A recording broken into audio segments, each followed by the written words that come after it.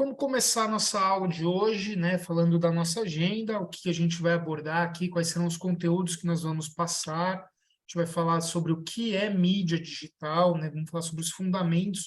Essa aula de hoje, ela é a aula de fundamentos de mídia digital, para vocês entenderem o cenário, entenderem o básico do que é mídia digital, para nas próximas aulas a gente aprofundar um pouco mais em mídias, mídia digital dentro de redes sociais. Tem uma aula que eu vou aplicar para vocês, tem algumas aulas gravadas por outra professora, que ela vai aprofundar também em LinkedIn, em Meta, e no final desse módulo eu vou ministrar para vocês algumas aulas sobre Google. A gente vai falar bastante sobre como fazer campanha no Google, link patrocinado, a diferença das campanhas de link patrocinado, de display, de YouTube e por aí vai, todos os formatos que a gente tem. E aí, já que a gente está falando de formatos, a gente vai iniciar aqui o conhecimento de vocês sobre o que são veículos, o que são canais e o que são os formatos dentro da mídia digital. A gente vai falar também sobre os modelos de compra, né, como que é feita a compra de mídia no ambiente digital. A gente vai falar sobre objetivos de campanha. Esse aqui é um tema que eu vou abordar muito com vocês, tá? Porque ele é fundamental quando a gente vai fazer qualquer campanha. É imprescindível que a gente tenha um objetivo muito claro do que a gente quer. Dessa forma, a gente consegue executar uma campanha muito bem executada, muito eficiente e consegue medir também os resultados a partir dos objetivos. A gente vai falar sobre tipos de segmentação que são possíveis de serem feitas nas campanhas de mídia digital. A gente vai falar sobre KPIs e métricas, tá? Provavelmente vocês já devam ter ouvido esse termo KPI em algum momento aí da vida de vocês. Vou explicar para vocês um pouco mais no detalhe do que é um KPI, como construir um KPI e a função das métricas dentro dos KPIs. A gente vai falar sobre um termo extremamente importante quando a gente olha para as campanhas de marketing e principalmente para as campanhas de marketing digital, que é o ROI. Eu vou abordar isso com calma mais para frente, tá? Que é só a agenda. A gente vai falar também sobre ROAS, a diferença de ROI e de ROAS. E vamos fechar essa aula falando sobre briefing, tá? Como vocês conseguem construir um briefing, porque é extremamente importante, independente da área que você está. Se você é um anunciante, se você é de uma agência, se você é um fornecedor, se você é um cliente, enfim, independente de onde você está, a partir do momento que você precisa passar um projeto para um terceiro, para um fornecedor, para alguma outra área, é muito importante a gente ter uma noção sobre briefing, como construir um bom briefing, como passar o conteúdo desse briefing de forma clara. E aí a gente vai abordar este tema aqui e a gente vai fazer um exercício no final da aula para a gente gravar esse conteúdo. Beleza? Então vamos começar sobre o que é o tráfego pago. Tráfego pago nada mais é do que um conjunto de estratégias de aquisição de visitantes para um site, para um e-commerce, para um blog, para o atingimento de um objetivo dentro de uma campanha digital, seja ele tráfego para o site, geração de leads, download de um aplicativo. A gente pode ter diversos objetivos diferentes dentro de uma estratégia digital, e o tráfego pago é o meio como nós vamos conquistar os clientes que vão vir para concluir o objetivo que nós temos, tá? Desculpa, aqui ficou um pouco desconfigurada a animação. Aqui a gente tem alguns modelos, alguns tipos de veículos, né? O tráfego pago, ele pode acontecer em todos esses ambientes, seja em sites e portais, E aí a gente tem aqui alguns exemplos como o UOL, o Globo.com, o Terra, o, o Nether aí é da minha geração aí também, a gente tem aí o IG, né? Quando começou a internet de escada lá atrás, IG era internet grátis, era um portal de conteúdo. Como que surgiram esses portais, né? Lá no início, quando a gente tinha o início da internet, para a gente acessar a internet, nós precisávamos de um provedor. Então, estes portais, eles começaram sendo provedores de acesso à internet. Então, para você acessar a internet, você precisava ter um e-mail. E esses portais, eles forneciam esse e-mail, alguns pagos, alguns gratuitos, e geravam esse provedor de acessos. E dentro desse ambiente de provedor de internet, eles começaram a trazer conteúdos, notícias, informações, e, consequentemente, trazerem mídia, trazerem anúncios dentro dos portais para fazer a monetização desse ambiente. Então, assim começou lá atrás, no início dos primórdios da internet, os sites e os portais provedores de acesso à internet, que são ambientes onde nós podemos fazer campanhas de mídia. Outro modelo e outro canal onde nós podemos fazer campanhas de mídia digital são os buscadores, os mecanismos de busca. E aqui a gente tem o Google, a gente tem o Bing, tem outros buscadores não tão famosos quanto eles, mas que também existem. E aqui no caso de mecanismos de busca, a gente pode considerar e classificar também os comparadores de preço. Provavelmente o Nether aqui, quem já navega na internet há bastante tempo, deve lembrar do Buscapé.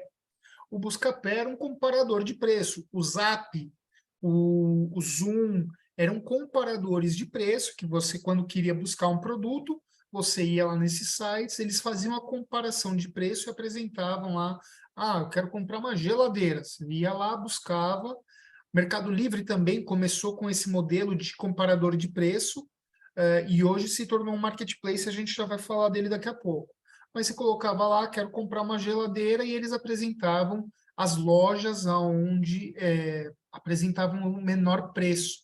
Então, você conseguia ali selecionar e encontrar o menor preço, a melhor oferta dentro desses mecanismos de busca. Outro canal que a gente tem são as redes sociais. As redes sociais, né, que a gente tem alguns exemplos, como Instagram, Facebook, Twitter, Pinterest, algumas redes que a gente já até falou em outras aulas, entre outras redes sociais e mídias sociais que existem, que são permitidas, possíveis. TikTok, por exemplo, cresceu muito nos últimos tempos, e são canais que a gente pode também fazer campanhas de mídia digital. E para fechar esse bloco sobre os espaços, né, os canais, os meios onde a gente consegue fazer as campanhas de digital no ambiente digital, a gente tem os marketplaces. Os marketplaces surgiram recentemente, coisa de 2018 para cá, como Amazon, Magalu, Marketplace. Obviamente, a Amazon tem muito mais tempo do que isso, mas no formato marketplace, como a gente tem hoje, veio de 2018 para cá. Então, esses formatos de marketplace abriu uma possibilidade para qualquer lojista, qualquer pessoa que tem uma loja física, ou até mesmo não precisa necessariamente ter uma loja física, consegue criar uma loja num ambiente virtual, num ambiente digital, como no Mercado Livre, na Magalu, e outros tantos espaços de marketplace, Ponto Frio, enfim, tem diversos outros marketplaces que fornecem esse ambiente digital para que você possa colocar a sua loja, disponibilizar para o público os produtos que vocês têm para venda. Tá? Então, imagina só, quantas pessoas passam pelo site da Magazine Luiza por dia? Olha o tamanho de pessoas, o tamanho do inventário que a Magazine Luiza tem. Então, além de vender os próprios produtos da Magazine Luiza, eles disponibilizam também a possibilidade de você construir lá a sua loja e criar o seu ambiente virtual, sua loja virtual dentro da Magazine Luiza, dentro da Americanas.com, né, que está passando aí por um processo de recuperação judicial bem crítico, mas é um dos principais, foi, né, nos últimos anos, um dos principais ambientes de venda de comércio digital e que também está enquadrado dentro desse formato de marketplace. Então, nós temos todos esses ambientes que são possíveis de nós, qualquer mero mortal, vamos dizer assim, construir uma loja virtual e gerar tráfego, gerar venda, gerar negócios no ambiente digital. E aí, eu vou falar, tem muita gente utilizando hoje a terminologia de tráfego pago, tá? É um termo que está muito em voga, tem muito curso, muito guru de marketing vendendo esse tipo de curso de tráfego pago hoje na internet, mas eu sou da velha escola, eu sou professor, e aí eu vou usar minha autoridade aqui, vou ser um pouquinho autoritário, vocês me desculpem, mas eu gosto de chamar de mídia, tá? Tráfego pago é mídia. Nas agências de publicidade, a gente chama a comercialização de espaços publicitários como a área de mídia. Então, a gente vai falar um pouquinho aqui sobre mídia e como que a gente compra essa mídia. Tá? Então, se vocês tiverem a oportunidade de trabalhar, se for o desejo de vocês forem trabalhar numa agência de publicidade, vocês provavelmente não vão ouvir o termo tráfego pago, vocês vão ouvir o termo mídia. Então, saibam que isso é a mesma coisa. Tá? Quando a gente está falando aqui de mídia, a mídia ela é dividida em três formatos, né? Três áreas, vamos dizer assim. Os veículos, que geralmente são os provedores de conteúdos, os sites que possuem grande audiência, e essa audiência é comercializada por eles para os anunciantes, através de espaços publicitários, gerando monetização deste inventário, desta audiência que os veículos têm. Dentro dos veículos, a gente está falando, por exemplo, do UOL. O UOL, o Globo.com, o Terra, o IG, são veículos, tá? O Google, veículo. O Meta, com o Facebook, com o Instagram, um veículo. Aqui a gente está falando de veículos, tá? Quando a gente aprofunda e desce uma camada, a gente começa a falar sobre os canais. O que são os canais? Os canais são as subdivisões e os agrupamentos de conteúdos relacionados dentro de um veículo. Então, quando a gente está falando do UOL, nós temos ali dentro do UOL diversos canais diferentes, de economia, de política, de esporte, de entretenimento. Dentro do canal de entretenimento, você vai ter o Splash, você vai ter o Kibiloco, você vai ter outros canais, subcanais dentro do canal de entretenimento. Então, quanto mais você desce no aprofundamento do conteúdo, na segmentação de conteúdos parecidos, a gente vai descendo camadas dos canais. Tá? Mesma coisa para o Globo.com. A gente tem o Globo.com como um guarda-chuva enorme, e aí dentro da Globo.com a gente vai ter o G1 Notícias.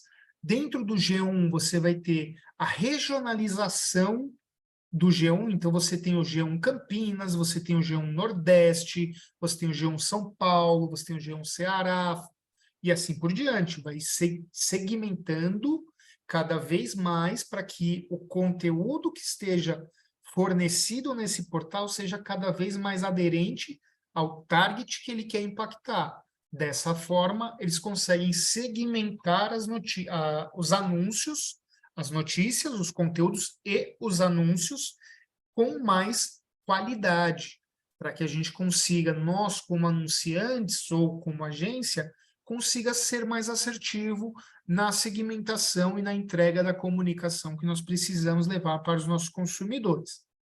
E para a gente fechar essa tríade, a gente tem os formatos. Os formatos nada mais são do que os espaços publicitários que os anunciantes compram dos veículos. E aí aqui a gente pode falar de espaço publicitário de formato como banners, vídeos, a gente pode falar de anúncios de texto, como no link patrocinado, que a gente vai ver mais para frente. Existem também os formatos native ads, que são formatos que são muito semelhantes às notícias relacionadas. Eles são chamados de native ads. E a gente tem também os anúncios de mídias sociais, que aí são feed, stories, posts e assim por diante. Cada mídia social, cada rede social tem o seu formato específico, né? Então, a gente vai ter lá no TikTok um formato específico do TikTok. Dentro do Meta e do Instagram, a gente tem carrossel, e aí dentro do carrossel pode ter imagem, pode ter vídeo, tem o post vídeo, tem o stories, stories estáticos, stories de vídeo, e assim por diante. Tem diversos formatos. A gente não precisa se aprofundar, se apegar neles neste momento. A gente vai ter uma aula específica sobre cada canal, né, cada veículo, e aí vocês vão aprofundar o conhecimento com os formatos em cada uma delas. Quando a gente começou a fazer campanhas de mídia nos sites, existia uma baita bagunça, porque cada site disponibilizava um formato diferente, um espaço diferente para fazer publicidade, e isso não era só aqui no Brasil, era no mundo inteiro. A partir daí surgiu o Interactive Advertising Bureau, que é chamado de IAB.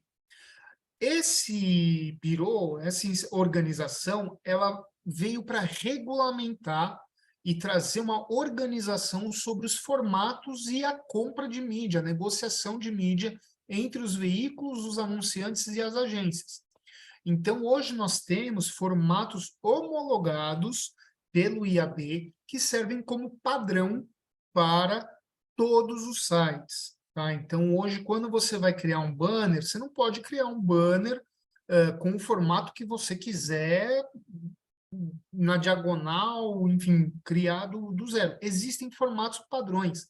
Você pode criar, ser criativo, ser maluco e fazer o que você quiser dentro do formatinho que já é estipulado pelos veículos e que segue as métricas e as diretrizes dessa organização. Tá? Então, muito provavelmente, no mercado, quando vocês estiverem produzindo algum material, alguma campanha, vocês vão se deparar com esse formatos IAB, que são esses caras aqui.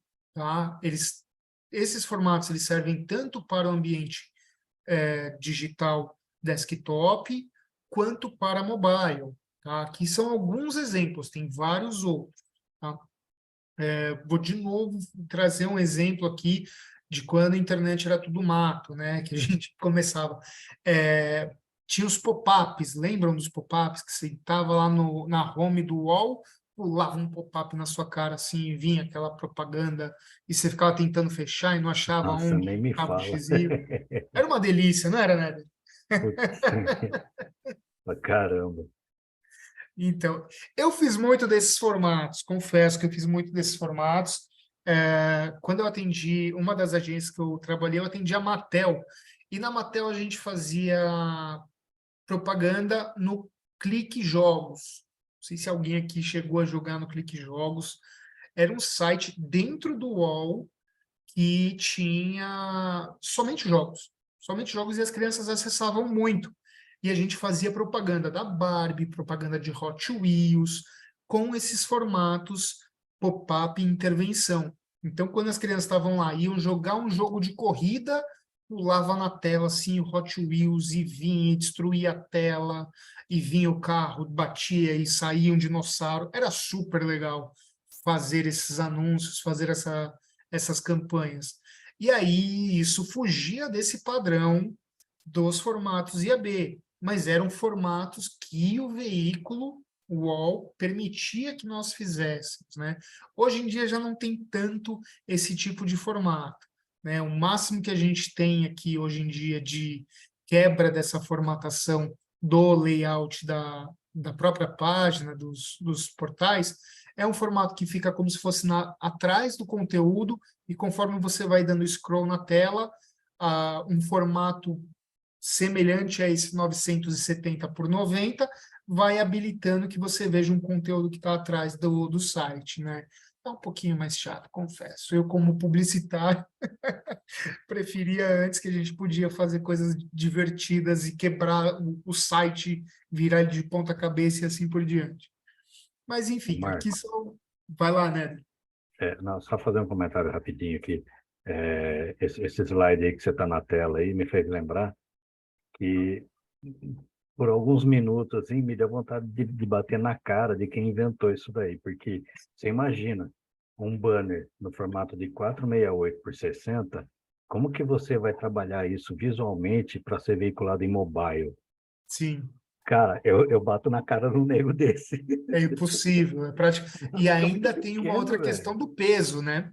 Pois é, É, ainda é tem uma bem por outra aí. questão do peso, porque assim, você pode usar esse formato animado, você pode animar, fazer uma transição de comunicação, passar o textinho ali, só que tem uma limitação de peso. E aí, Aham. quando você coloca a limitação de peso, para quem trabalha com design, com arte como o Nether, você perde muito em qualidade do Nossa, pra conteúdo, caramba. da imagem, do texto, fica craquelado, fica pixelizado, fica horrível, né? Não, é sério. Na primeira vez que eu peguei esses gabaritos aí para adaptar o conteúdo para veicular na mídia paga, né? Eu olhei e falei, ah, não. Pô, 468 por 60 não. Você tá zoando que eu vou ter que trabalhar em cima do negócio desse, velho. Mas, enfim, tem que dar um jeito, né? É isso aí.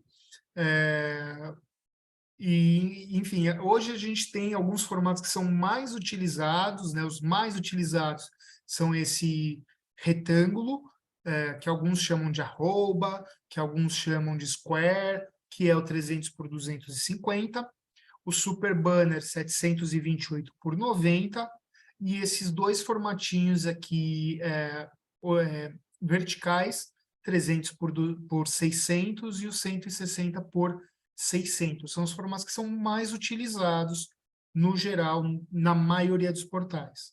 Então, quando vocês forem fazer uma campanha, por exemplo, para Google Display, tá? Que a gente consegue fazer uma campanha no Google Display, vai entregar na maioria dos sites, inclusive nos grandes portais, acaba entregando também.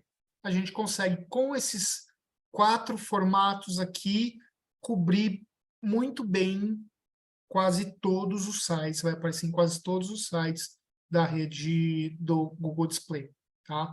E aí a gente pode ir para os formatos mobile, né, o 200 por 250 por 250, 200 por 200.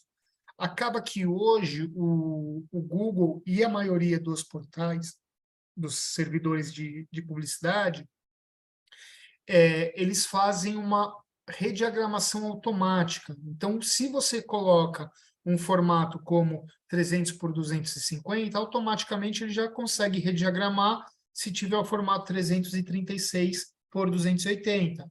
A mesma coisa, o 250 por 250, ele faz automaticamente uma rediagramação para o 200 por 200 e assim por diante. Tá? Hoje existem muitas possibilidades de automação dos conteúdos, dos anúncios, para que a gente consiga ter uma cobertura maior de anúncios na internet. Alguma dúvida, algum questionamento até aqui? Não, de boa. Eu vou pedir um segundo para vocês, que eu preciso passar um repelente, que os pernilongos estão devorando a minha perna.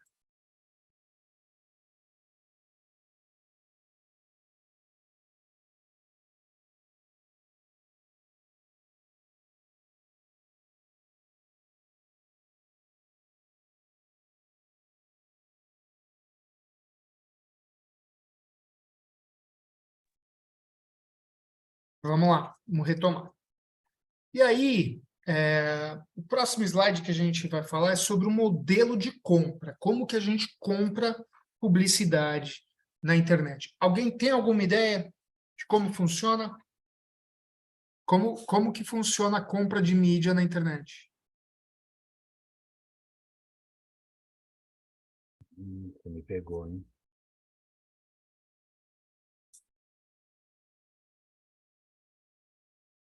Vamos lá. A compra de mídia na internet, ela veio do mesmo modelo da compra de mídia offline. Tá? A compra de mídia offline funcionava da seguinte forma: quando você ia comprar um anúncio de revista lá na Veja, a cada 1.000 exemplares de Veja era cobrado um valor. Então, era calculado o volume de tiragem das revistas e dividido por 1.000 e aplicava-se um fator monetário, um valor monetário para a cobrança desses anúncios. Mesma coisa para jornal, mesma coisa para outros meios impressos. A compra de mídia na internet, nos ambientes digitais, seguiu a mesma lógica inicialmente. Então, a gente comprava ou por diária, fechava a diária inteira, todas as impressões que aconteciam naquele dia, o anunciante iria aparecer, ou por custo por 1.000. A cada 1.000 vezes que era impresso o banner, era cobrado um valor específico negociado. O que acontecia nesses casos quando a gente comprava diária? Imagina assim, final do Big Brother, quantas impressões a Globo.com tem na final do Big Brother? Na internet? Muito, certo? Então, você já podia esperar que naquele dia eu vou comprar a diária daquele dia, eu vou pagar mais caro, porque eu sei que vai ter muita impressão. Agora, imagina se acontece algum fato inusitado ou alguma catástrofe, alguma coisa, por exemplo, um acidente de avião. Você comprou ali as impressões daquele dia e, de repente, pum, estoura. Tem muita impressão. Isso começou a acontecer e aí acabou que eles mudaram o modelo de compra e hoje não existe tanta compra por diária, né? Geralmente compra-se muito por CPM. Outra coisa que aconteceu também com a evolução e o passar do tempo foi a compra por performance. Dentro do ambiente digital, a gente consegue medir todas as métricas, todas as ações que os usuários fazem nos banners, nos sites e assim por diante. Com isso, se eu tenho o objetivo de gerar o maior volume de cliques no meu anúncio para gerar mais visitas na minha página, eu não vou me importar mais quantas vezes vai aparecer o banner. O que importa para mim são o volume de cliques. Então, passou-se a comprar por clique. Então, em vez de comprar 1.000 impressões, eu pago só pelos cliques que tiveram no meu anúncio. As impressões que não geraram clique, para mim, não são importantes. Então, eu negocio com o veículo só por clique. Quem trabalha muito com este modelo? Google, redes sociais. Geralmente, esses players, eles trabalham muito com a compra por clique, né? A evolução da compra por clique veio muito desses caras. Consequentemente, temos também a compra por views. Se eu tenho uma campanha de vídeo, eu não quero saber quantas vezes está aparecendo. Eu quero saber quantas pessoas estão realmente vendo o vídeo que eu tenho. Então, se eu tenho um vídeo de 30 segundos, eu posso negociar para pagar somente por quem assistiu o vídeo por 30 segundos. Se eu tenho um vídeo mais longo, eu posso negociar com o veículo o percentual do vídeo que eu quero que seja assistido. E aí a gente passa a ter uma compra por view. E aí, aprofundando mais ainda, descendo ainda um pouco mais no funil de conversão. Lembrando, se eu tenho como comprar por impressão, já não é mais vantajoso, porque eu quero volume de cliques, eu quero maior número de visitas na minha página, eu passo a comprar por clique. Lembra que eu falei que a gente consegue medir tudo o que acontece depois do clique? Se eu consigo medir e eu sei que eu preciso gerar leads na minha página, eu posso negociar com o veículo diretamente por custo por lead. Eu só vou pagar pelos usuários que clicaram, que visitaram a minha página e que preencheram o lead. Então, cada vez mais a gente foi descendo para a aquisição, que é o próximo modelo de compra, custo por aquisição.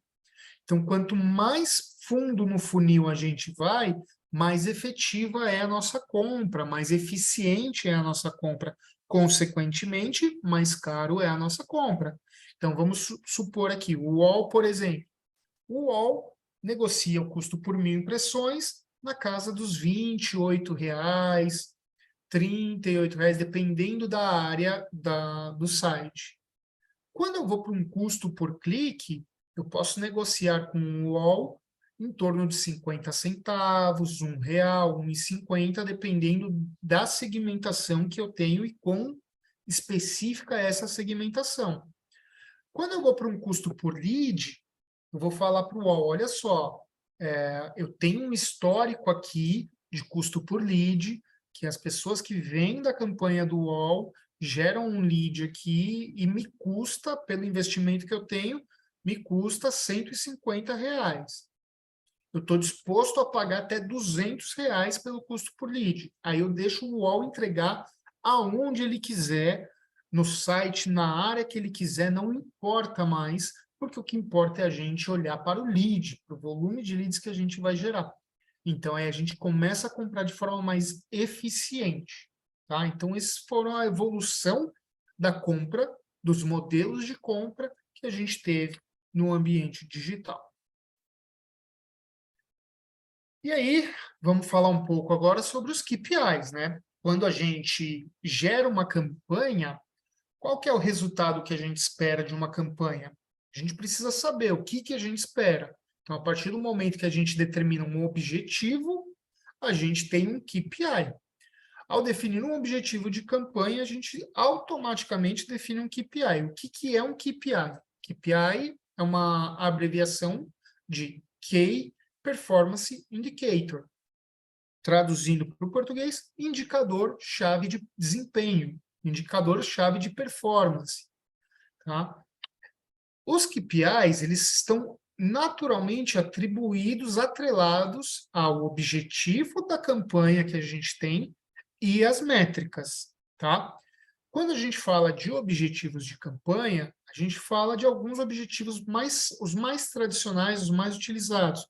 Awareness, que é o reconhecimento de marca. Então, quando eu tenho um objetivo de awareness, eu faço uma campanha para minha mensagem, a minha comunicação chegar ao maior número possível de pessoas.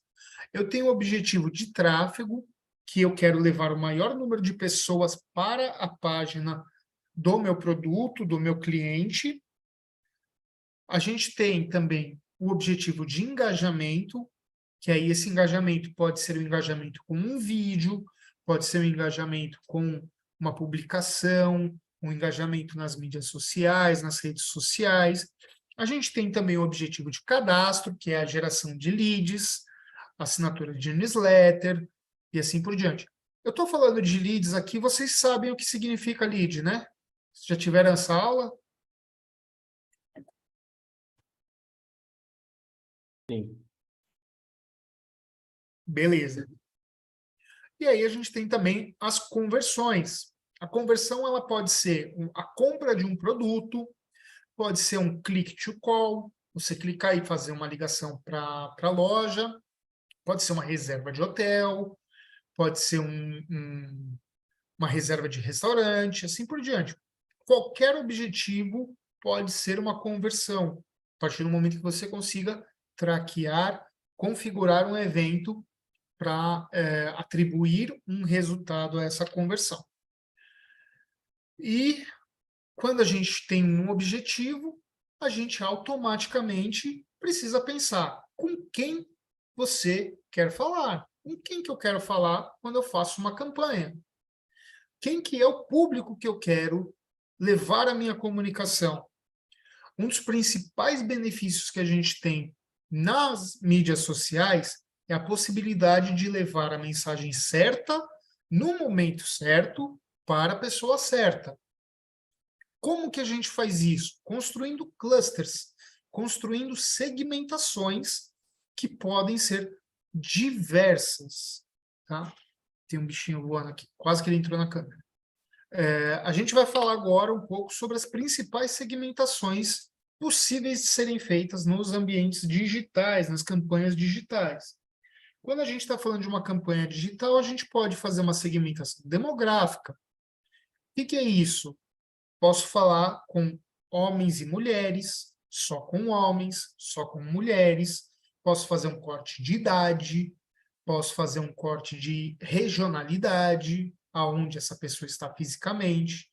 Vamos supor, eu estou fazendo uma campanha de biquínis no verão.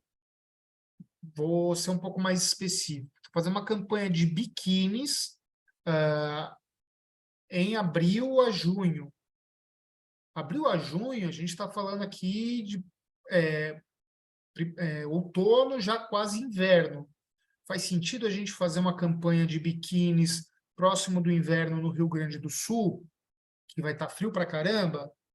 Não faz sentido. Então, se eu preciso vender uma campanha, um produto como um biquíni, eu excluo da minha campanha, da minha segmentação, a região sul. Eu concentro aonde eu sei que eu vou ter vendas.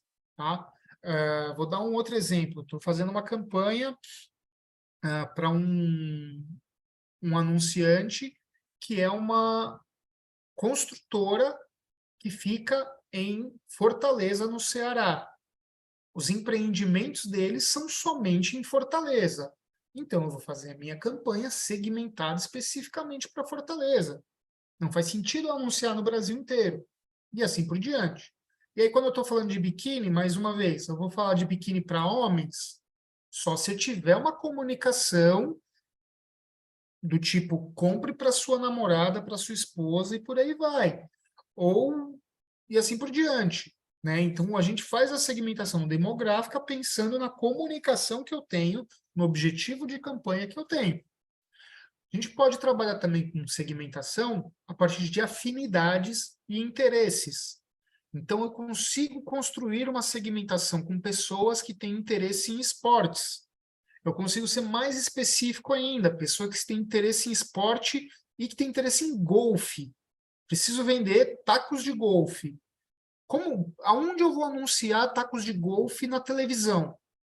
Qual canal que eu tenho certeza que eu vou me comunicar com consumidores e pessoas que gostam de golfe? Não sei, não tem como a gente ter 100% de assertividade quando a gente está na campanha de TV. No digital a gente consegue. Como a gente consegue isso? Tanto os portais, o Google, o Meta, eles fazem a leitura e o comportamento dos usuários sobre o que as pessoas falam, sobre o que as pessoas leem nos ambientes digitais. E dessa forma a gente consegue segmentar e direcionar um anúncio específico para esse público. Então a gente consegue falar sobre interesses, sobre afinidades que essas pessoas têm. A gente consegue falar sobre comportamentos, pessoas que estão falando sobre mudar de casa, pessoas que estão falando sobre casamento, sobre ter filhos. Então, a gente consegue identificar traços de comportamento a partir dos comentários, das interações que as pessoas têm nos ambientes digitais. E a gente consegue fazer essas segmentações e sermos extremamente assertivos na nossa comunicação. Outra possibilidade de segmentação que a gente tem são as segmentações em marketing, momentos de compra. Então, a partir das buscas que as pessoas fazem, as ferramentas conseguem clusterizar, montar as segmentações de pessoas que estão buscando por automóvel, que estão buscando por viagens, que estão buscando por apartamentos e por qualquer outra coisa, por alguma roupa específica. Então, a gente sabe, consegue descobrir que essas pessoas estão no momento de compra, estão pesquisando por algum assunto, por algum momento de compra. E essa segmentação é extremamente valiosa para a gente. Se eu preciso vender um carro, eu sei que a pessoa está buscando por um carro, poxa vida, quanto que vale eu anunciar para essa pessoa, eu me comunicar diretamente com essa pessoa? Vale muito, é muito eficiente.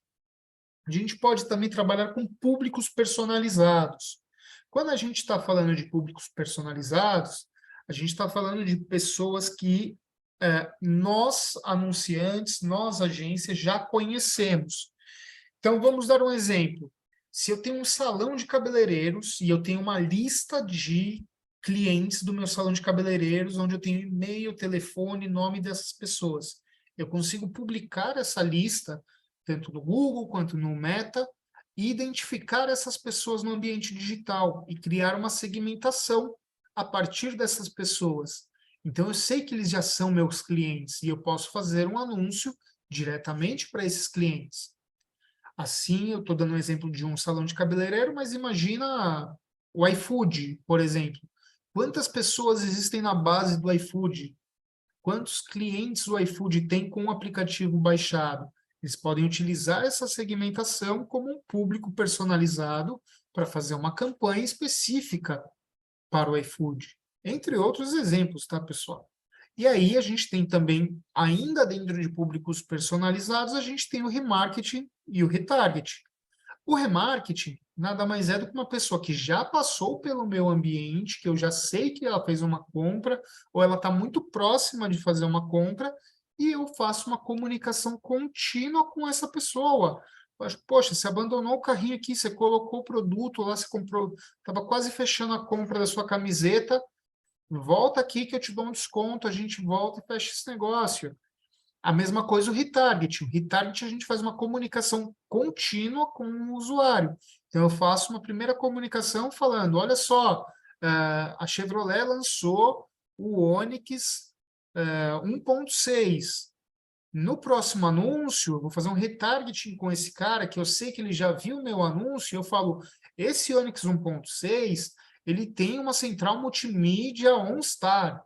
E aí, no próximo anúncio, eu já falo, olha só, você pode comprar aquele Onix 1.6 que tem a multimídia OnStar por R$ 79.990. E aí a gente faz uma construção da comunicação com o retarget, sempre identificando os traços que a gente já tem do consumidor. E aí, para fechar segmentações, a gente vai falar do lookalike, são os públicos semelhantes. Se eu sei quem são os meus consumidores, eu já tenho uma base dos meus consumidores, eu consigo espelhar essa base com pessoas que têm um comportamento de navegação semelhante à dos meus consumidores. Com isso, a gente consegue aumentar e muito a possibilidade de conversão das nossas campanhas. Então, vamos lá.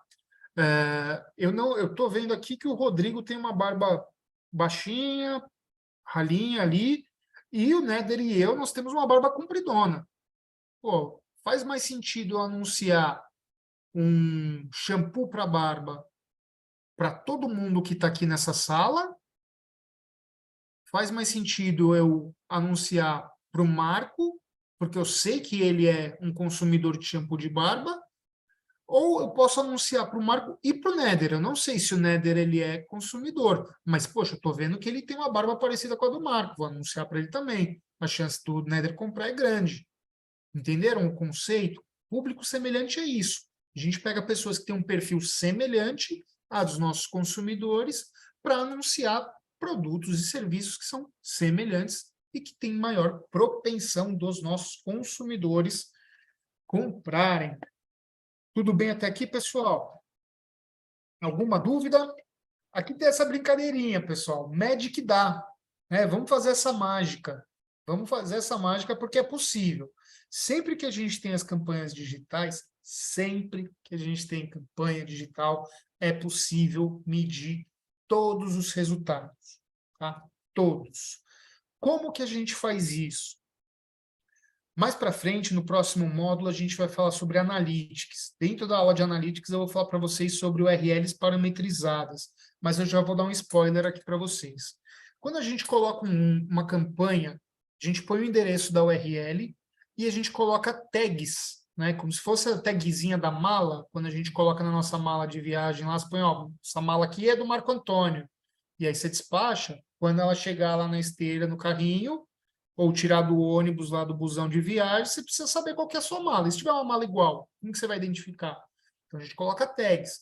Nas campanhas é a mesma coisa. Como que você vai diferenciar um clique que veio da campanha do Facebook, de um clique que veio da campanha do Google, de um clique que veio de uma busca orgânica? A gente coloca tags. A gente vai colocando tags e identifica as campanhas para que a gente consiga, lá no Google Analytics, olhar o resultado que veio de cada uma das campanhas. Então, aí aproveitando, né, para te dar esse toque, vocês conseguem ver isso olhando o resultado do Google Analytics. Abre lá o Sim. Google Analytics, ou até mesmo as plataformas que estão fazendo campanha nas próprias, desculpa, nas próprias plataformas, no Meta, no Google Ads, você Uhum. consegue ver aonde está gerando mais cliques, se é em mobile, se é em desktop e assim por Tá. diante. Quer falar mais alguma coisa? Fica à vontade. Não, não, tranquilo. Pode ir seguindo aí. Qualquer coisa eu dou um toque. Mas é isso, pessoal. É muito importante que vocês entendam que todas as campanhas que a gente faz no ambiente digital, a gente pode e deve medir os resultados. Então, a gente consegue, através dos KPIs e das métricas, avaliar se a campanha está evoluindo bem, se está indo bem ou não, certo? E agora vamos falar um pouquinho sobre as métricas, né? O que são as métricas? No mundo digital, nós chamamos métricas os indicadores que mostram um determinado comportamento do usuário em um site, um blog ou em uma loja virtual. Uma métrica é uma forma bruta de um indicador e geralmente ela está associada, ela não está diretamente associada a uma conversão, tá? A conversão também é uma métrica, mas nem toda métrica está associada a uma conversão. Por exemplo, nós temos métricas pré-cliques. O que são essas métricas pré-cliques? São as métricas que nós encontramos geralmente nas ferramentas, nos portais. O volume de impressões, o volume de cliques, o CTR. CTR é a sigla para Click-Through Rate. Nada mais é do que o volume de cliques dividido pelo volume de impressões, e a gente analisa isso de forma percentual. Então, com essa métrica, a gente consegue avaliar se o anúncio é um anúncio que está qualificado, se é um anúncio bom, se a comunicação está boa ou não, se a gente está apresentando os anúncios para as pessoas certas ou não. Se eu estou tendo muita impressão e pouco clique, se esse percentual está muito baixo, tem alguma coisa errada. Ou eu estou com a segmentação errada, ou a comunicação, o banner está errado, não está funcionando bem, precisa mudar, ou eu estou imprimindo demais, estou com muita impressão e esse criativo já saturou, as pessoas não aguentam mais ver esse criativo, a gente precisa mudar, virou paisagem, tá?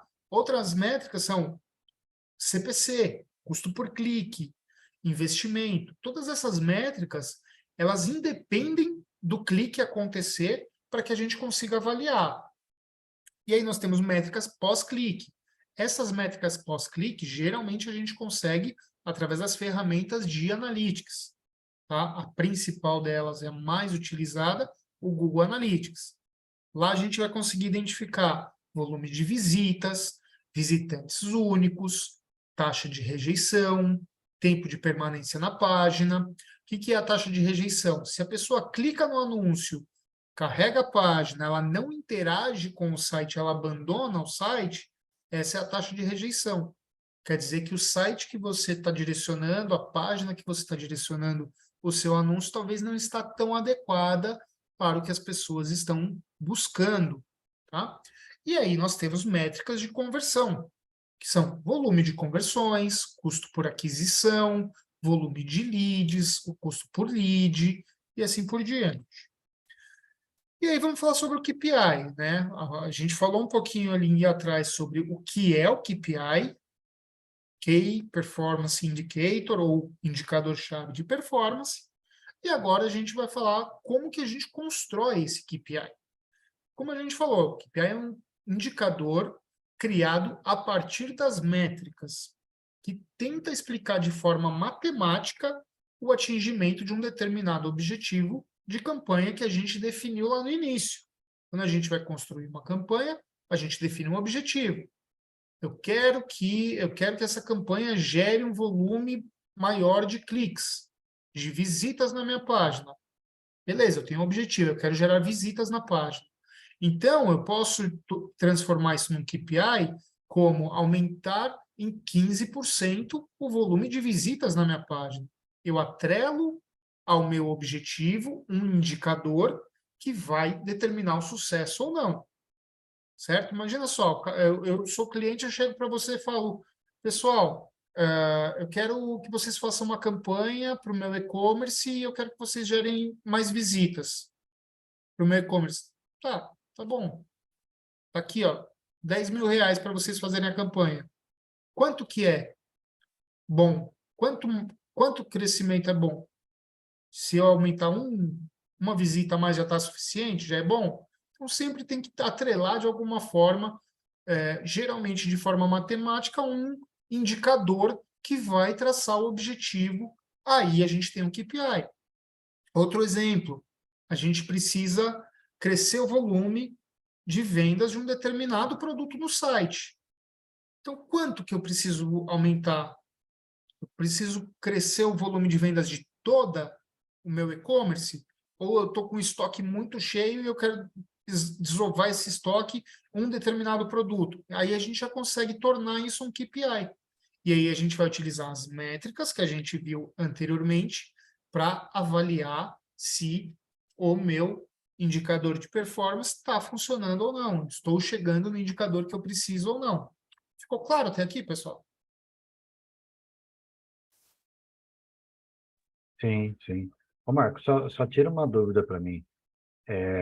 A porcentagem a porcentagem de conversão é impressão dividido pelo CTR vezes 100%, né? É isso? Não. O CTR é o clique pelas impressões. Ah, clique pelas impressões, tá. O CTR. O CTR, click Uhum. to rate. Cliques divididos por impressão. Ah, Aí a gente tá. vai ter um fator é, de percentual. A Uhum. taxa de conversão, ela pode ser o volume total de conversões Uhum. dividido pela visita gerada no site. Geralmente a Ah, tá. gente calcula dessa forma, tá? O volume de conversões dividido pela volume de visitas, tá? Uhum. Tá. Dependendo da análise que você vai fazer, você pode calcular também sobre o volume de cliques que teve na campanha, dependendo da forma como você quer analisar. Mas Uhum. geralmente a taxa de conversão ela é volume de conversões dividido pelas visitas. Beleza. E aí também é a mesma coisa, utiliza percentual. Uhum.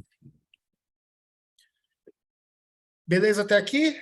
Agora a gente vai falar sobre uma das métricas mais importantes que tem e mais utilizadas, não só no digital, tá? A métrica ROI, ela é utilizada em muitas áreas, em muitas unidades de negócio. O ROI é o Return Over Investment, que é o retorno sobre o investimento, tá? Essa métrica, ela é calculada, é um cálculo que a gente precisa fazer para entender se o investimento que a gente está colocando, está fazendo numa campanha, num projeto, em um produto, ele está retornando de forma positiva para a empresa, tá? Como que a gente faz esse cálculo? A gente precisa considerar toda a receita que a gente teve na campanha, subtrair todos os custos que nós tivemos na campanha e dividir pelos custos, tá? Aqui vamos pensar, a gente está fazendo uma campanha de marketing digital. Para fazer essa campanha de marketing digital, a gente contratou o Nether e o time dele para fazer os criativos, para fazer o design da nossa campanha. Então, precisa considerar o custo do Nether, precisa considerar o custo de investimento nas campanhas de mídia, precisa considerar se a gente tirou foto, precisa considerar foto, precisa considerar todos os custos, tá? Quando a gente está falando do ROI, a gente olha para todos os custos envolvidos no projeto ou na campanha. E aí a gente considera toda a receita que a gente teve, tudo que gerou de lucro, né? Da receita mesmo, não só o lucro, mas a receita da campanha. E aí a gente subtrai um pelo outro e divide pelo custo. Vamos dar um exemplo. Se a gente teve aqui R$ 10.000 de receita da nossa campanha, todos os nossos custos foram de R$ 3.000. 10 menos 3, 7. A gente divide por 3, vai dar um ROI de 2,3. Aqui a gente está tendo um ROI positivo, então está funcionando.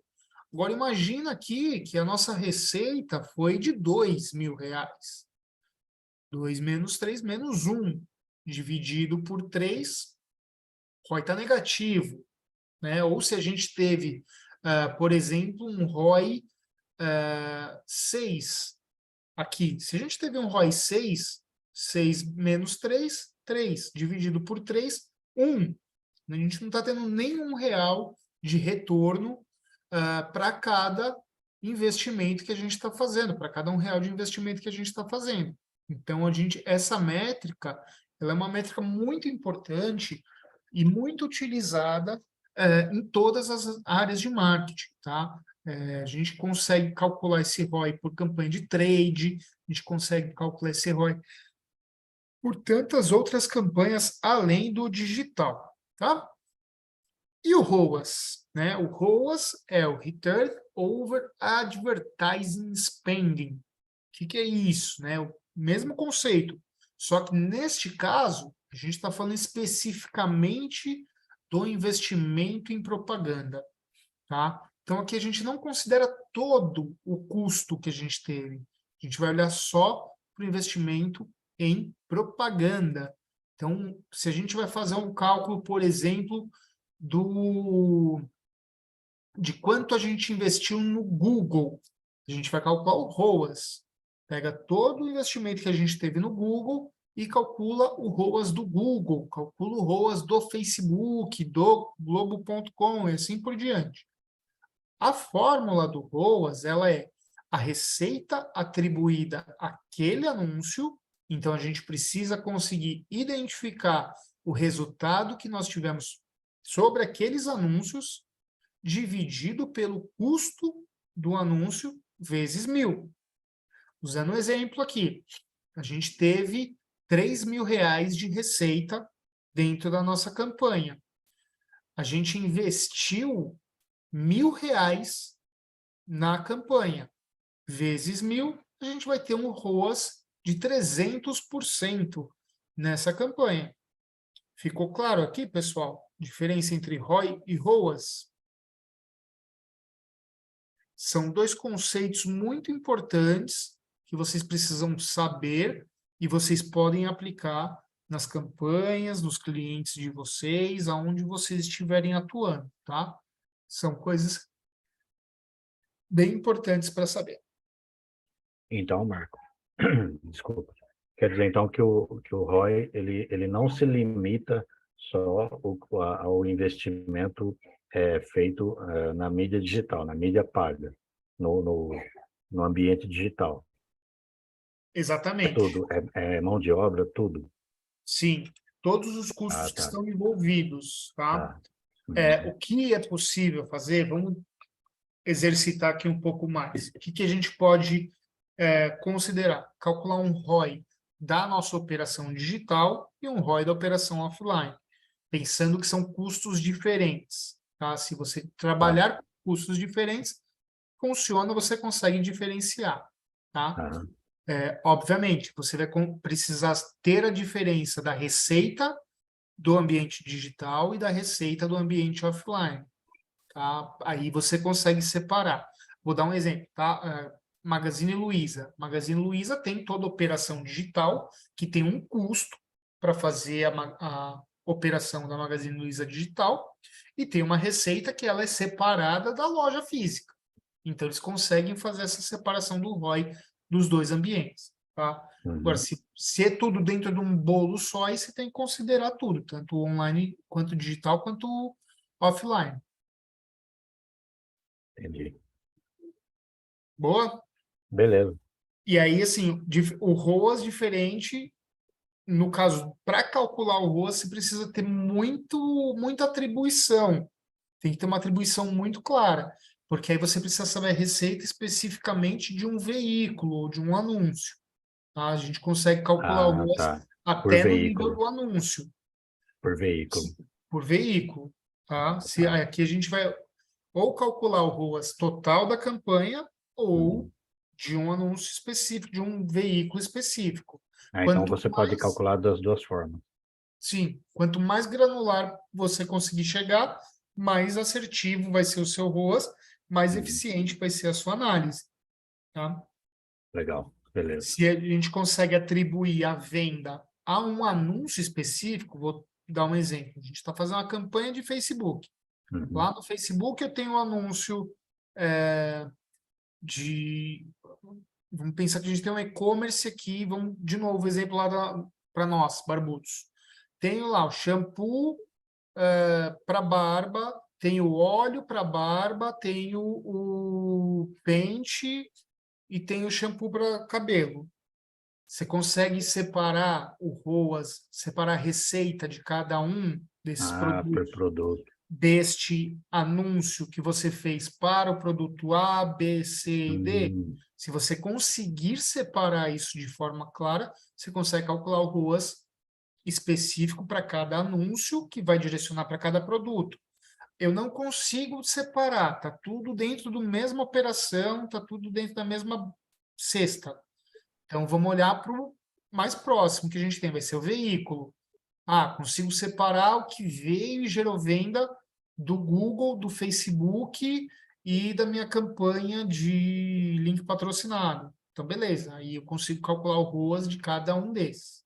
tá. Puxa, não consigo saber. Eu sei que eu gerei venda da Uhum. campanha que eu fiz no digital. Então, aí você olha a sua operação como um todo, quanto que gerou de receita, quanto que você teve de investimento. Beleza. Boa? Tá. Maravilha. Agora vamos falar um pouquinho sobre briefing, tá? Eu acho que o Nether com certeza já recebeu muito briefing, né? E aí acho que você, mais do que ninguém, pode falar para a gente que não tem nada melhor do que um belo e um bom briefing, né? Pegar, faz aqui um banner com promoção de carnaval. Tá, beleza, mas é para anunciar o quê? Quanto? Qual preço? Qual foto? Tem identidade visual da marca? Não tem? Enfim, são muitas perguntas que a gente tem para montar um bom briefing. O que é um briefing, né? Qual que é a definição de um briefing? Acho que é muito importante a gente entender para que a gente saia e tenha um ponto de partida aqui.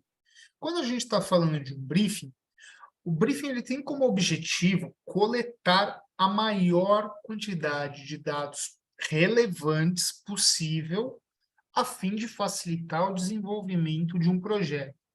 Esse projeto ele pode ser desde o desenvolvimento de um site, de uma plataforma, até um layout ou uma campanha, tá? Uma campanha de mídia, uma campanha de comunicação, uma campanha de marketing, qualquer coisa. Briefing é um documento que é gerado a partir da coleta dessas informações do cliente ou do fornecedor para que a empresa, a pessoa que vai trabalhar no projeto, consiga desenvolver esse projeto com maior qualidade possível.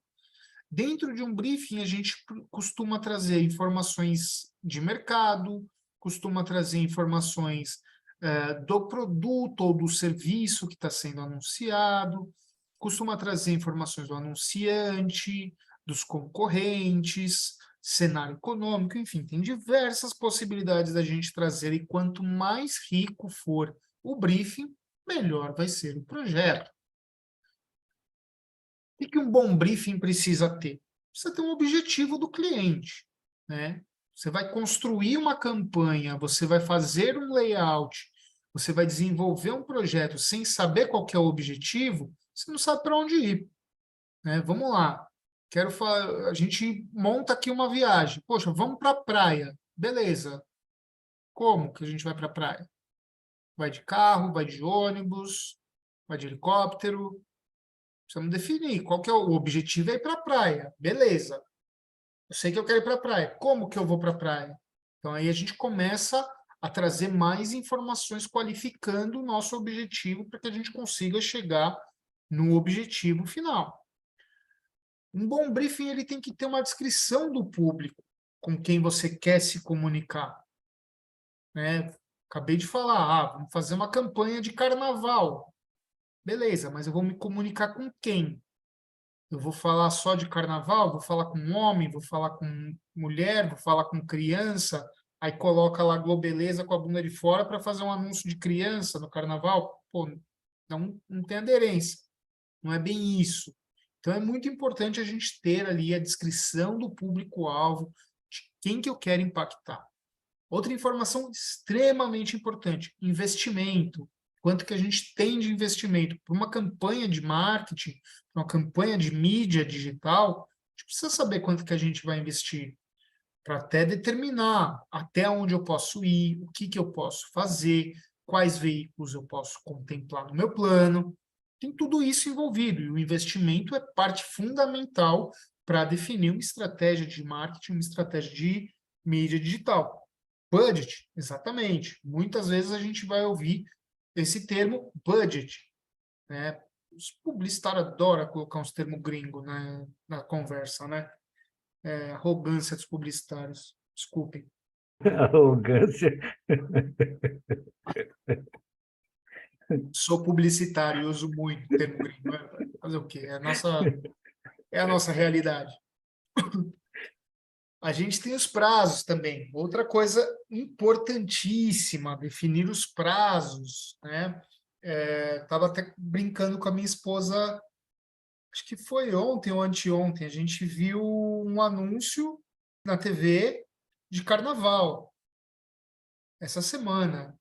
Pô, já passou o carnaval. Ninguém avisou que já passou, que tem que tirar o filme do ar.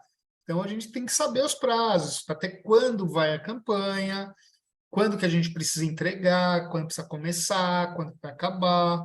Todos os prazos envolvidos no projeto são extremamente importantes de estarem ali contemplados nesse briefing. Informações de mercado, de concorrentes, né? Como que o produto está posicionado, é um produto premium, não é um produto mais popular, como que a gente vai adequar esse produto frente aos concorrentes, né? Lembra lá da aula de 4Ps que a gente falou sobre produto, né? Como que o produto está posicionado. Então a gente precisa entender tudo isso e passar essas informações também no briefing, seja para o nosso fornecedor, ou precisamos pedir que o cliente nos passe essas informações para que nós possamos montar uma estratégia que seja eficiente e eficaz. E algumas informações, como objeções, informações que não devem conter na campanha, que a gente chama de do's e don'ts, né? O que pode e o que não pode. Tão importante quanto falar o que precisa ter, é falar também o que não pode ter, né? Vou dar um exemplo, né? Coca-Cola. Qual que é a cor predominante da Coca-Cola? Vermelho. Qual que é a cor do concorrente da Coca-Cola? E aí, alguém? Azul, Azul, Pepsi. da Pepsi. Exatamente. Então, como que você vai fazer uma campanha da Coca-Cola utilizando a cor azul? Então, não pode. Não dá. Então, isso tem que vir no briefing. E aí eu vou colocar uma curiosidade aqui. Eu vi o único lugar aonde a Coca-Cola anunciou na cor azul. Dentro do estádio do Grêmio, no Rio Grande do Sul. O Nossa. único anúncio azul da Coca-Cola. E aí, né, um ótimo caminho para a gente começar um briefing, para a gente estruturar um briefing, é utilizar ferramentas, né? E uma das ferramentas é o famoso 5W2H. Vocês chegaram a ter aula sobre isso? Sobre o 5W2H? Realmente, Pri, às vezes muita coisa aparece, né? E muita coisa também não, né? Acho que assim, o mais legal, as ações de marketing mais efetivas são justamente essas, aquelas que não parecem serem ações de marketing e aí acabam gerando um bom burburão, aí, um bom resultado. Legal, obrigado pelo comentário. Vamos voltar aqui para o conteúdo. Vocês chegaram a ter aula de 5W2H com algum professor? Sim ou não? Não. Não? Beleza. Então, vou aprofundar um pouco mais aqui. O 5W2H é um framework, uma ferramenta de trabalho que a gente consegue estruturar bem um planejamento, estruturar bem um briefing, algum projeto, tá? A gente começa com 5 Ws, que seria o what, why, when, who, where. E 2 Hs, que é o how e how much. Vou traduzir tudo isso para que a gente consiga entender de forma bem objetiva. O what é o quê? Qual que é o objetivo? Qual que é a meta do projeto, do briefing que você está montando? Se você conseguir traduzir ali de forma eficiente o what, o quê, né, o objetivo da campanha, o objetivo do projeto que você está desenvolvendo, qual que é a meta, isso vai já dar um direcional para o seu briefing. Why? Por quê? Qual que é o motivo da gente fazer essa campanha? Qual que é o benefício que a gente vai trazer dentro dessa campanha, que a gente precisa comunicar, precisa levar, né? Where? Qual é o local, departamento, aonde a gente vai estruturar essa campanha? É uma campanha nacional, é uma campanha regionalizada, eu preciso impactar uma praça específica, preciso pôr pesos diferentes para praças diferentes. Então, tudo isso a gente consegue ir trazendo aqui dentro desse onde. When, quando? Lembra que eu falei dos prazos? Aqui a gente coloca os prazos. Quando que vai acontecer? Qual que é a data? Tem cronograma? Quando precisa iniciar? Quando precisa acabar? Vai acontecer alguma coisa no meio do caminho? Tem alguma sazonalidade? Então, aqui a gente traz esse tipo de informação. O who seria o quem. Quem são os responsáveis? Quem que é o cliente responsável? Com quem eu vou falar? Quem que é o meu público-alvo? Com quem que é o ponto de contato dentro da empresa que a gente precisa se relacionar? Então, aqui dentro dessa estrutura, a gente consegue trazer diversas informações diferentes dentro deste modelo de 5W2H. E aí, para a gente fechar, o how, como, qual que é a atividade que vai acontecer, qual que é o processo, o que a gente precisa fazer, como que a gente vai executar essa campanha e quanto vai custar, quais são os custos envolvidos, qual o investimento, qual que é o custo de produção, custo de investimento de mídia e assim por diante. Então, dentro desse framework, dentro dessa ferramenta de 5W2H, a gente consegue, de forma muito eficiente, contemplar praticamente todas as informações que a gente precisa para ter um bom briefing, né? Obviamente que não tem tudo ali é um guia, né? A partir dali você começa a estruturar um bom briefing, trazendo mais informações, como objetivo, né? Como os don'ts, que ali no 5W2H não tem, então quais são as objeções. Então aqui é uma ferramenta, um canal, né? Que vocês conseguem começar a estruturar um bom briefing. Certo? Para a gente fechar essa aula, tá? Eu tenho aqui um exercício para a gente colocar em prática, e aí eu queria propor para vocês, quando eu montei essa aula, a ideia seria vocês fazerem um briefing na prática da empresa que vocês trabalham, dos projetos que vocês trabalham. Mas na última turma surgiu uma ideia durante a aula que foi muito mais legal e que aí eu queria propor para vocês. Vocês já estão com o projeto de vocês pré-definido, cliente definido, para vocês fazerem o projeto de conclusão?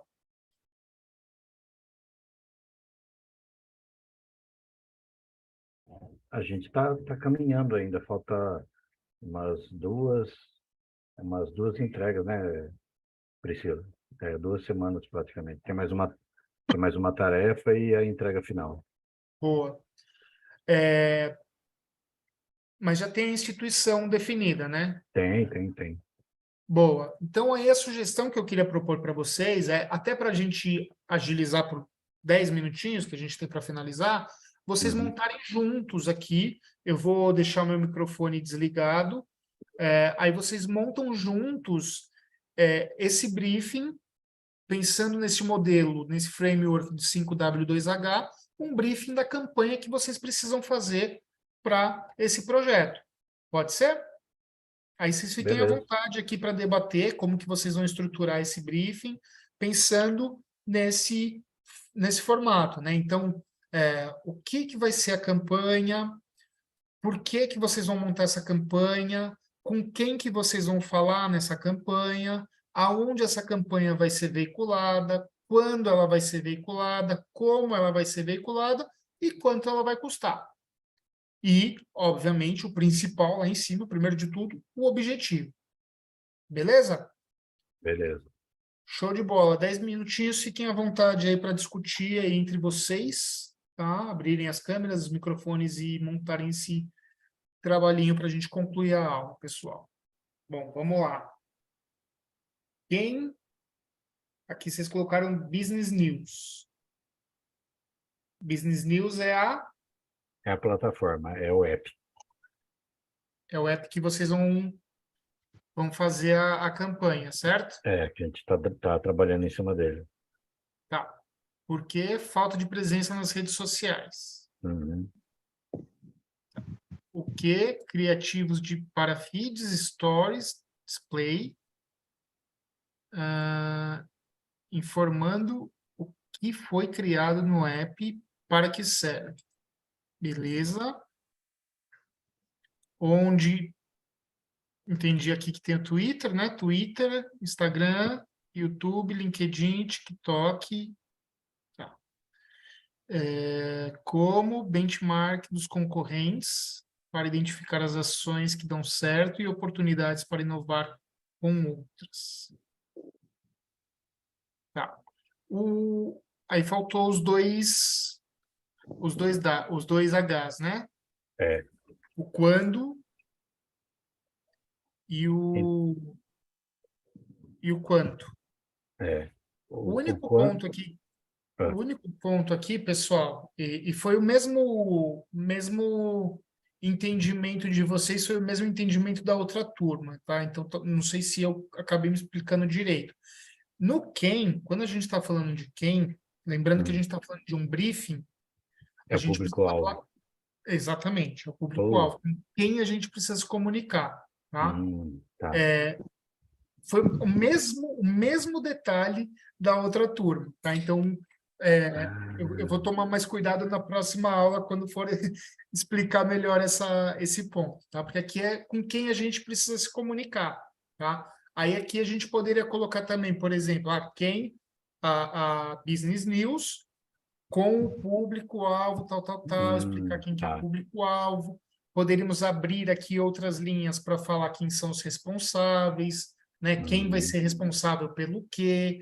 Então, aqui, esse quem, ele dá margem para a gente abrir outras informações, tá? Mas o crucial dentro de um briefing seria a gente falar o público-alvo, tá bom?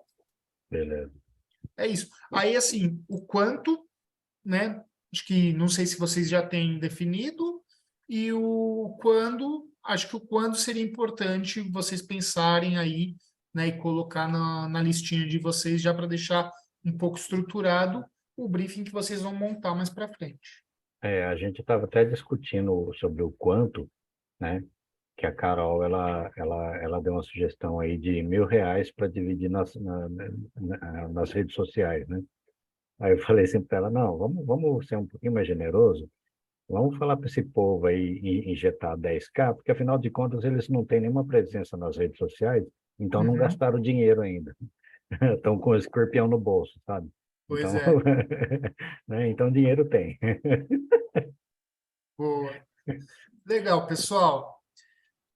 Por hoje deu. A aula foi ótima. Vocês Pra interagiram muito caramba. bem. Acho que gostei bastante aqui. O caminho tá bem entendido para vocês.